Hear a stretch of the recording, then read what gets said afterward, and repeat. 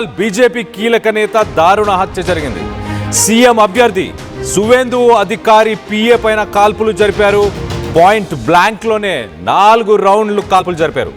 Bike పై వచ్చిన దుండగులు అతను ప్రయాణం చేస్తున్న ఒక వెహికల్ని స్కార్పియోని అడ్డగించి దాన్ని ఆపిన తర్వాత 4 రౌండ్లు షూట్ చేశారు. ఇటు సువేందు పిఏ చంద్రనాథ్తో పాటు అతని ఫ్రెండ్ వారిద్దరూ ఆ కారులో ఉన్న సమయంలో ఈ దాడి జరిగినట్టు తెలుస్తుంది. ఈ దాడి తర్వాత హుటాహుటిన ఇటు చంద్రనాథ్ని హాస్పిటల్కి తీసుకెళ్లారు, కానీ తన ప్రాణాలను కోల్పోయాడు అప్పటికే. ఇటు సీఎం క్యాండిడేట్ సువేందు అధికారి కూడా ప్రస్తుతానికి హాస్పిటల్కి చేరుకున్నారు. చంద్రనాథ్ మృతదేహాన్ని ఆయన విజిట్ చేశారు. ఇటు చంద్రనాథ్ సువేందు అధికారికి పర్సనల్ అసిస్టెంట్గా తాను పనిచేస్తూ వచ్చాడు. సువేందు అధికారి పిఏ చంద్రనాథ్ ఇంటి నుంచి 200 మీటర్లలోనే ఈ దారుణం జరిగినట్టు తెలుస్తుంది. నిన్న రాత్రి 9:15 సమయంలో చంద్రనాథ్ తన ఫ్రెండ్తో పాటు మరొక మిత్రుడితో పాటు ఇంట్లోంచి ఒక వైట్ కలర్ స్కార్పియో కార్లో బయలుదేరి వెళ్ళాడు. ఆ బయలుదేరి వెళ్తున్న సమయంలోనే కొంత కార్ స్లో అయిపోయినప్పుడు ఒక బైక్స్ మీద వచ్చి ఆ వైట్ కలర్ స్కార్పియోని అడ్డగించి 4 రౌండ్స్ ఇటు చంద్రనాథ్ పైన 3 రౌండ్స్, అలాగే వాళ్ళ ఫ్రెండ్కి ఒక రౌండ్, మొత్తానికైతే 4 రౌండ్స్ తగిలినట్టు తెలుస్తుంది. దీని మీద వెస్ట్ బెంగాల్ డీజీపీ కూడా స్పందించారు. ఆయన ఘటనా స్థలానికి మేము చేరుకున్నాం, ఇన్వెస్టిగేషన్ చేస్తున్నాం, కొన్ని షెల్స్ దొరికాయి, అలాగే ఎగ్జాక్ట్లీ ఇదే వైట్ కలర్ స్కార్పియో కార్, ఈ కార్లోనే చంద్రనాథ్ అలాగే తన ఫ్రెండ్ వారిద్దరు కూడా వాళ్ళ ఇంటి నుంచి బయలుదేరి 9:15 సమయంలో వాళ్ళ ఇంటి నుంచి బయలుదేరి జస్ట్ 200 మీటర్లు మాత్రమే 200 మీటర్లు వెళ్ళిన తర్వాత కార్ కొంత స్లో అయింది. ఆ స్లో అయిన సమయానికే ఈ దుండగులు బైక్స్ పైన వెహికల్స్ పైన వచ్చి ఆ కార్కి అడ్డంగా ఆ వెహికల్స్ ఆపిన తర్వాత ఇమీడియట్గా షూట్ చేశారు. మరి టీఎంసీకి సంబంధించిన కార్యకర్తల ఇది ఒక ప్లాన్డ్ మర్డర్ అంటున్నారు. ఇటు బీజేపీకి సంబంధించిన నాయకులు అయితే చాలా క్లియర్గా బీజేపీకి సంబంధించిన స్పోక్స్ పర్సన్ చెప్తున్నారు, చంద్రనాథ్తో నేను ఎన్నో పొలిటికల్ క్యాంపెయిన్స్లో వర్క్ చేశాను, గతం నుంచి ఇప్పటిదాకా వర్క్ చేసి ఉన్నాను, ఇది ఖచ్చితంగా ఒక ప్లాన్డ్ అటాకే, ఒక ప్లాన్డ్ మర్డర్ అంటూ కూడా ప్లాన్డ్ అటాకే అంటూ కూడా బీజేపీకి సంబంధించిన స్పోక్స్ పర్సన్ చెప్తున్నారు. ఎందుకంటే తన ఇంటి నుంచి, తన నివాసం నుంచి తను బయలుదేరిన వెంటనే జరిగింది కాబట్టి ఆల్రెడీ రెక్కి నిర్వహించారు. తను ఏ సమయంలో ఎక్కడికి వెళ్తున్నాడు, తన వెహికల్ ఏంటి, తనతో పాటు ఈ సమయంలో ఎవరున్నారు, ఎక్కడికి బయలుదేరి ఎటు నుంచి ఎక్కడికి వెళ్తున్నాడు అన్న ఉద్దేశంతో మొత్తానికైతే ఒక పొలిటికల్ వెండేటా, ఒక పొలిటికల్ వెంజెన్స్ కోసం, దానికోసమే ఇప్పుడు ఇలా టీఎంసీకి సంబంధించిన కార్యకర్తలు నాయకులు ఇలాంటి దారుణాలకి పాల్పడుతున్నారంటూ బీజేపీకి సంబంధించిన నాయకులు చెప్పుకొస్తున్నారు. ఒక సీఎం క్యాండిడేట్కి పర్సనల్ అసిస్టెంట్ ప్రభుత్వం ఫామ్ అయిపోయిన తర్వాత ఒక సీఎంకి పర్సనల్ అసిస్టెంట్గా ఉండే వ్యక్తి అని చెప్పొచ్చు, అలాంటి వ్యక్తి పైన మరి అటాక్ చేశారు. దీనికి సంబంధించి మరింత డీటెయిల్గా మాట్లాడుకునే ప్రయత్నం చేద్దాం. ఇటు మా ప్రతినిధి మధు ఉన్నారు, మధుతో మాట్లాడి తెలుసుకునే ప్రయత్నం చేద్దాం. మధు, చెప్పండి, రివెంజ్ పాలిటిక్స్ అని చెప్పాలా, పాలిటిక్స్లో ఒక రకంగా రివెంజ్ కోసమే ఇలాంటి పనులు చేస్తున్నారు. ఇమీడియట్గా 2 రోజులు ఇట్లా ఎలక్షన్ రిజల్ట్స్ వచ్చి 2 రోజులకే ఇలాంటి దారుణానికి ఎవరు పాల్పడ్డారు? ఇది నిజంగానే ఒక ప్లాన్డ్ అటాకే అనుకోవాలా? రెస్పాండ్ అయ్యారు, పొలిటికల్ మర్డర్ గానే దీన్ని అభివర్ణించే ప్రయత్నం చేశారు. ఈ హత్య జరిగే కంటే ఎగ్జాక్ట్లీ 1 అవర్ బిఫోర్ సువేందు అధికారి మీడియాతో మాట్లాడారు. ఇప్పుడు జరుగుతున్నటువంటి పరిణామాలను దృష్టిలో పెట్టుకుని పశ్చిమ బెంగాల్లో ఏమున్నా కూడా లీగల్ గానే ప్రభుత్వం ఏర్పాటైన తర్వాత లీగల్ గా ముందుకు వెళ్తాము, గత ప్రభుత్వం చేసినటువంటి అన్యాయాలపైన, అక్రమాలపైన, కబ్జాలపైన లీగల్ గానే ముందుకు వెళ్తాము అనేటువంటి స్టేట్మెంట్ చేశారు. స్టేట్మెంట్ చేసినటువంటి ఎగ్జాక్ట్లీ గంట తర్వాత సువేందు అధికారి పిఏ చంద్రనాథ్ పైన హత్యకు గురైనటువంటి సిచ్యువేషన్, దీనిపైన చాలా గందరగోళమైనటువంటి పరిస్థితి ఉంది, ఆందోళన ఉన్నటువంటి సిచ్యువేషన్. ప్రభుత్వం మారి ప్రభుత్వానికి సంబంధించినటువంటి ఒక డెడ్ లైన్ ఈ రోజు మమతా బెనర్జీ ఈ రోజు లాస్ట్ సీఎం గా ఉంటారు. దీని తర్వాత ఆమె బర్తరఫ్ అయ్యేటువంటి అవకాశం ఉందనేటువంటి చర్చ నడుస్తున్న నేపథ్యంలో ఈ సువేందు అధికారి పిఏ మర్డర్ గురి కావడం, అది కూడా ఇంటికి చాలా సమీపంలో హత్యకు గురి కావడం అనేటువంటి ఆందోళన కొనసాగిస్తా ఉంది జరిగినటువంటి ఘటన. ఇంకా ఫ్యూచర్ లో ఎంత జరిగే అవకాశం ఉంది, ఇది ఎటువంటి పరిస్థితులకు దారి తీస్తుంది అనేటువంటి చర్చ అయితే కొనసాగుతుంది. కళ్యాణ్, ఇది ఒక్కటే కాదు, ఆల్రెడీ గత కొంతకాలంగా టీఎంసీ అధికారంలో ఉన్నటువంటి కొన్ని సంవత్సరాల డికేట్స్ నుంచి బీజేపీ స్థానికంగా ఉన్నటువంటి వారిపైన ఇట్లాంటి కార్యక్రమాలు చేశారు, అంతా హత్య చేశారు, ఇలాంటి అనేక సంఘటనలు చోటు చేసుకున్నటువంటిది సువేంద్ర అధికారి నిన్న చెప్పారు. ఇది టీఎంసీ గూండాలు చేసినటువంటి పని అనేటువంటిది చెప్తూనే డీజీపీ నాకు అన్ని వివరాలు చెప్పారు, రెక్కి నిర్వహించారు స్థానికంగా ఉన్నటువంటి ఈ 2 నుంచి 3 రోజుల నుంచి, ఇది పక్కా పొలిటికల్ ప్లానెడ్ మర్డర్ అనేటువంటి సువేంద్ర చెప్పారు. డీజీపీ సమాచారం ఇచ్చారని చెప్పారు. దీనిపైన కూడా పూర్తి స్థాయి దర్యాప్తు ఉంటుంది, తొందరపడాల్సినటువంటి అవసరం లేదు, దీనిపైన ఎవరైనా దానిపై నేరస్తులను వారిపైన శిక్ష ఇస్తామనేటువంటి స్టేట్మెంట్ చేశారు. కాకపోతే బీజేపీ ఆరోపణలు చేస్తా ఉందంటే మమతా బెనర్జీ అల్లుడు అభిషేక్ బెనర్జీ ఈ హత్య వెనకాల ఉన్నారు అనేటువంటి స్టేట్మెంట్ చేయడం అనేటువంటిది ప్రస్తుతం సంచలనంగా మారింది. మరి సువేంద్ర అధికారి మమతా బెనర్జీని 2021లో నందిగ్రామ్లో ఓడించారు. ఇప్పుడు 2026లో భవానీపూర్ లో కూడా అక్కడ మళ్ళీ వెంటబడి ఓడించారు. సువేంద్ర అధికారి మమతా బెనర్జీ ఓటమిలో అత్యంత కీలక పాత్ర పోషించారు. ఆయన తృణమూల్ కాంగ్రెస్ పార్టీ నుంచి వచ్చినటువంటి వ్యక్తే కాబట్టి అక్కడ వారి వ్యూహాలు, వారి బలాలు, వారి బలహీనతలు అన్ని తెలిసిన వ్యక్తి, అక్కడి నుంచి వచ్చిన వ్యక్తి కాబట్టి పక్కా స్ట్రాటజీతో ఇటు మమతా బెనర్జీని తృణమూల్ కాంగ్రెస్ ఓడించినటువంటి సిచ్యువేషన్ కనిపించింది. అది కక్షపూరితంగా ఆయన పిఏను మట్టు పెట్టడం అనేటువంటిది పొలిటికల్ మర్డర్ గా అభివర్ణించారు. ఫ్యూచర్ లో కూడా ఇట్లాంటి ఘటనలు జరిగే అవకాశం ఉంది.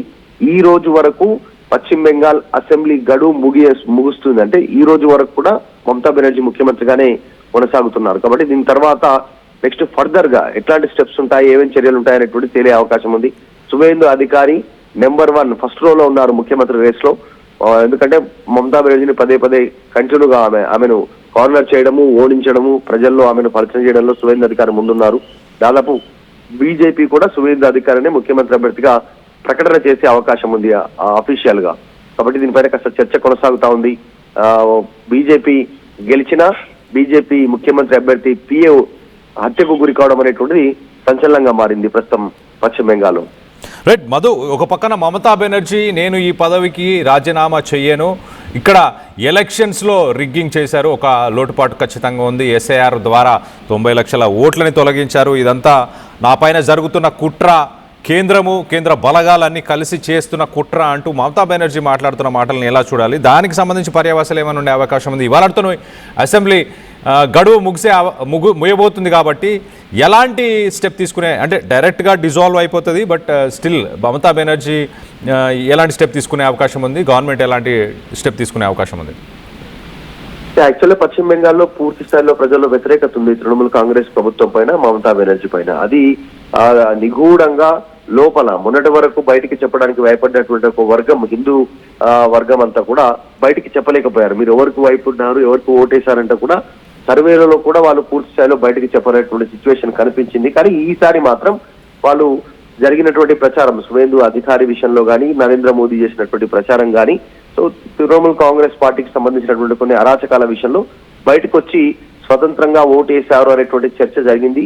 కొంతమంది ఎలక్షన్స్ అయిపోయి రిజల్ట్ వచ్చిన తర్వాత నిన్న మొన్న ఆర్టీవీ కూడా గ్రౌండ్ లో ఆడినటువంటి మాటలకు వాళ్ళు కొన్ని విషయాలు చెప్పే ప్రయత్నం చేశారు. అక్కడ ఆర్జికర్ హత్య కావచ్చు, అరాచకాలు కావచ్చు, కేవలం హిందూ సమాజం పైన జరిగినటువంటి కొన్ని అక్రమాలు, అన్యాయాలు, కబ్జాలు కానీ, బెదిరింపులు చేయడం కానీ, ఇట్లా ఎదురుగా మాట్లాడితే వారి పైన దాడి చేయడం, ఇట్లాంటి వాళ్ళంతా కూడా అవన్నీ కూడా పెళ్లిబుకింది ప్రభుత్వం పైన వ్యతిరేకత అనేటువంటి కొంచెం ఓపెన్ అయ్యేటువంటి ప్రయత్నం చేశారు. కేంద్ర బలగాలు 2 నెలల నుంచి పశ్చిమ బెంగాల్లో తిష్ట వేయడం, ఇవన్నీ చూసిన తర్వాత ధైర్యంగా వచ్చి ఓటేశారని చెప్తా ఉన్నారు. కానీ మమతా బెనర్జీ ఇవన్నీ ఎక్స్పెక్ట్ చేయలేదు, ఓటమి చెందుతాననేటువంటిది. ఎందుకంటే 15 సంవత్సరాలు వరుసగా సీఎం, ఒక్కసారిగా ప్రజల మ్యాండేట్ ఆమె జీర్ణించుకోలేకపోయి నేనే ముఖ్యమంత్రి ఉంటాననుకుని ఆ రకంగా స్టేట్మెంట్ చేశారు. పబ్లిక్ ఇచ్చినటువంటి మ్యాండేట్ ఆమె యాక్సెప్ట్ చేయాల్సినటువంటి సిచ్యువేషన్ ఉంది, అయినప్పటికీ కూడా ఆమె పట్టించుకోలేదు. నేనే ముఖ్యమంత్రి, 100 సీట్లు బీజేపీ చోరీ చేసిందనేటువంటి స్టేట్మెంట్ చేయడం వెనుక కూడా అక్కడ పశ్చిమ బెంగాల్లో ప్రజెంట్ ప్రజలు ఆగ్రహంగా ఉన్నటువంటి సిచ్యువేషన్ కనిపిస్తా ఉంది. ఇంకా ఇలాగే కొనసాగితే ఉద్రిక్తంగా కొనసాగే అవకాశం ఉంది. తృణమూల్ కాంగ్రెస్ వర్సెస్ బీజేపీగా క్షేత్రస్థాయిలో గ్రౌండ్ లో యుద్ధ వాతావరణం నెలకొనే పరిస్థితి ఉంది.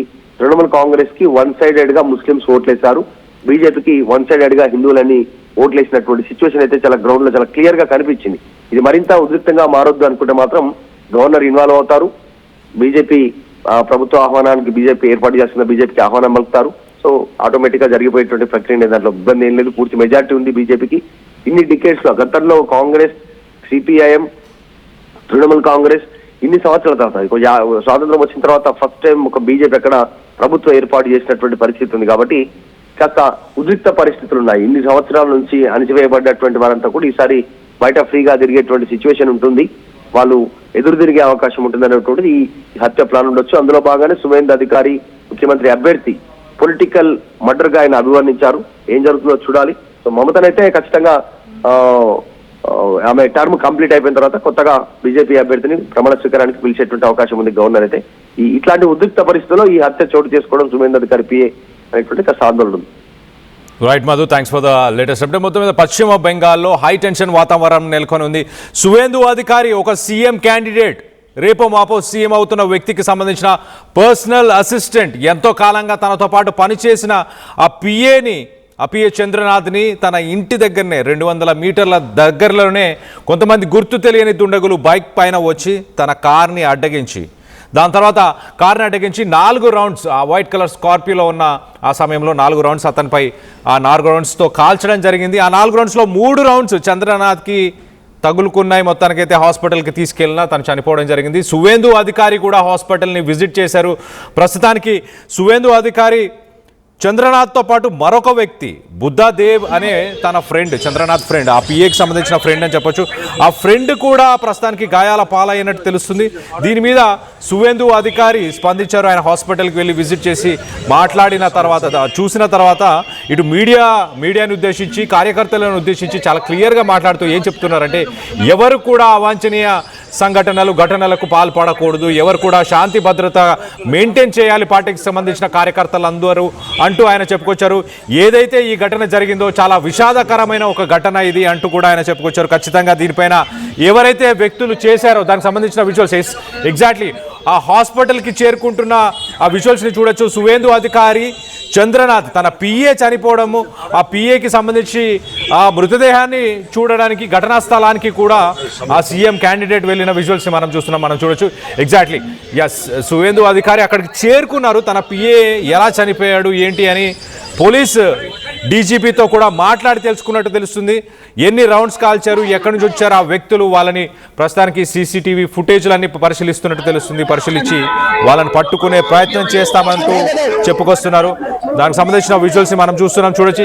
లెఫ్ట్ సైడ్ లో కనిపిస్తున్న ఆ వైట్ కలర్ స్కార్పియో, ఆ వైట్ కలర్ స్కార్పియో అద్దం దగ్గర మనం చూడొచ్చు. అక్కడ గన్తోని ఆ షాట్స్ ఒక 4 రౌండ్స్ ఫైరింగ్ చేశారు. ఆ అద్దం పగిలిపోయిన దాన్ని చూస్తున్నాము. దాని తర్వాత హుటాహుటిన ఆయనని హాస్పిటల్కి తీసుకెళ్లారు. కానీ ప్రస్తుతానికి వెస్ట్ బెంగాల్లో హై టెన్షన్ వాతావరణం నెలకొని ఉంది.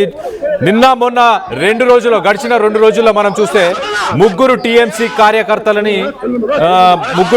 కార్యకర్తలు కూడా చనిపోవడం జరిగింది. అది బీజేపీకి సంబంధించిన వాళ్ళే చేశారంటూ టీఎంసీ ఆరోపిస్తుంది. ఇవాళ డైరెక్ట్ సీఎం క్యాండిడేట్ పిఏనే ఇవాళ నిన్న రాత్రి మనం చూస్తే అతన్ని ఇవాళ మార్నింగ్ చనిపోయాడు. సో మొత్తం మీద సీఎం క్యాండిడేట్ పిఏనే టార్గెట్ చేసింది మమతా బెనర్జీ, అలాగే అభిషేక్ బెనర్జీ, అల్లుడు అభిషేక్ బెనర్జీ. వీరిద్దరే దానికి కారణం అంటూ కూడా ప్రస్తుతానికి బీజేపీ స్పోక్స్ పర్సన్ చెప్పుకొస్తున్నారు. పశ్చిమ బెంగాల్లో హై టెన్షన్ వాతావరణం నెలకొని ఉంది. బెంగాల్ బీజేపీ కీలక నేత దారుణ హత్య జరిగింది. సీఎం అభ్యర్థి సువేందు అధికారి పిఏ పైన కాల్పులు జరిపారు. పాయింట్ బ్లాంక్ లోనే ఒక 4 రౌండ్స్ కాల్పులు జరిపినట్టు తెలుస్తుంది. బైక్ పై వచ్చిన కొంతమంది గుర్తు తెలియని దుండగులు ఈ కాల్పులు జరిపారు. స్పాట్ లోనే ఇటు పిఏ సువేందు అధికారి పిఏ చంద్రనాథ్ అక్కడికక్కడే చనిపోవడం జరిగింది. హాస్పిటల్కి వెళ్ళి మరి ఆ మృతదేహాన్ని సువేందు అధికారి తన పిఏకి సంబంధించిన ఆ మృతదేహాన్ని చూసి రావడం జరిగింది. దాని తర్వాత ఫలితాలు వచ్చినప్పటి నుంచి రాష్ట్ర వ్యాప్తంగా ఇలాంటి హింసాత్మకమైన ఘటనలు చోటు చేసుకుంటూనే వస్తున్నాయి. టీఎంసీ బీజేపీ పరస్పర దాడులు చేసుకుంటూ వస్తున్నాయి. 2 బీజేపీ కార్యకర్తలు, ఒక టీఎంసీ కార్యకర్త, వీరందరూ కూడా చనిపోవడం జరిగింది. శాంతి భద్రతలకు ప్రాధాన్యత ఇవ్వాలి, పార్టీకి సంబంధించిన కార్యకర్తలందరూ కూడా శాంతిని పాటించాలి అంటూ ఇటు సువేందు అధికారి చెప్పుకొస్తున్నారు. మరో పక్కన టీఎంసీ కూడా ఈ ఘటన పైన స్పందించింది. తృణమూల్ కాంగ్రెస్ కూడా ఒక స్టేట్మెంట్ ఇచ్చే ప్రయత్నం చేసింది చాలా క్లియర్గా. ఈ ఘటన దురదృష్టకరమైన ఒక సంఘటన అంటూ కూడా టీఎంసీ అఫీషియల్గా ట్విట్టర్ మాధ్యమంలో ఒక పోస్టును కూడా పెట్టారు. We strongly condemn the brutal murder of Chandranath Rath in Madhyam Gram tonight, along with the killing of 3 other TMC workers in incidents of post-poll violence allegedly carried out by BJP-backed miscreants over the last 3 days, despite the model code of conduct been in force. So మొత్తం మీద TMC ఎవరైతే నిందితులు ఉన్నారో వాళ్ళని పట్టుకొని శిక్షించాలి అంటూ TMC కూడా ఖండించింది. బీజేపీ మరో పక్కన బీజేపీకి సంబంధించిన సువేందు అధికారి చాలా క్లియర్గా ఇది ఒక పక్కా ప్లాన్ పథకం ప్రకారమే ఇలా చేశారు, తన కార్ని కొంతకాలంగా వెంబడించినట్టు కూడా తెలుస్తుంది. వెంబడించిన తర్వాతనే అడ్డుపడి ఆ కారులో ఉన్న చంద్రనాథ్ని, సీఎం క్యాండిడేట్ పిఏని కాల్చి చంపారు. ఈ ఘటనలో ఆ పిఏ ఫ్రెండ్ మరొకరు బుద్ధాదేవ్, ఆయన తీవ్రంగా గాయాల పాలయ్యాడు. ప్రస్తుతానికి ఆయన హాస్పిటల్లో చికిత్స పొందుతున్నాడు. దీని వెనుక ఖచ్చితంగా ఇటు కౌస్తవ్ బాగ్చి అనే ఒక ఎమ్మెల్యే మాట్లాడుతూ ఆ బాగ్చి ఖచ్చితంగా టీఎంసీ టాప్ లీడర్స్ ఎవరైతే ఉన్నారో అభిషేక్ బెనర్జీ అలాగే మమతా బెనర్జీ, ఇది వారిద్దరి చర్యలే ఖచ్చితంగా ఆ క్రిమినల్స్కి శిక్ష పడేంత దాకా ఈ విషయాన్ని వదిలిపెట్టమంటూ కౌస్తవ్ బాగ్చి, ఎమ్మెల్యే కౌస్తవ్ బాగ్చి మాట్లాడుకొచ్చారు. మరో పక్కన బీజేపీ స్టేట్ ప్రెసిడెంట్ భట్టాచార్య ఆయన కూడా చాలా క్లియర్గా ఏమంటున్నాడంటే పొలిటికల్ కల్చర్, టీఎంసీకి సంబంధించిన ఒక పొలిటికల్ కల్చర్ ఇదే, మేము అస్సలు ఎక్స్పెక్ట్ చేయలేదు టీఎంసీ ఇలా ఒక వైలెన్స్కి పాల్పడుతుందంటూ. అలాగే ఈ ఘటనకు సంబంధించి ఎవిడెన్స్ని ఖచ్చితంగా తీసుకొస్తాము, ఒక ప్లాన్డ్గా ఒక పక్కా పథకం ప్రకారమే ఈ అటాక్ చేశారు. పిఏ లీడర్ ఆఫ్ అపోజిషన్, అలాంటి పిఏని చంపడం ఒక పొలిటికల్ మెసేజ్ని టీఎంసీ ప్రజల్లోకి తీసుకెళ్లే ప్రయత్నం చేస్తుంది ఇలాంటి ఘటనలకు పాల్పడి అంటూ బీజేపీ స్టేట్ ప్రెసిడెంట్ సామిక్ భట్టాచార్య ఆయన మాట్లాడుకొచ్చారు. ఈ ఘటనకు సంబంధించి మీరేమనుకుంటున్నారు? ఈ ఘటన వెనుక ఎవరి హస్తం ఉందని మీరు భావిస్తున్నారు? టీఎంసీ హస్తం ఉందని మీరు భావిస్తున్నారా? బీజేపీ హస్తం ఉందని మీరు భావిస్తున్నారా? మీ అభిప్రాయాలను కింద కామెంట్ రూపంలో తెలియపరచండి. అలాగే ఒక్కసారి ఆ ఘటనా స్థలానికి సంబంధించిన విజువల్స్ ఒక్కసారి చూసే ప్రయత్నం చేద్దాం.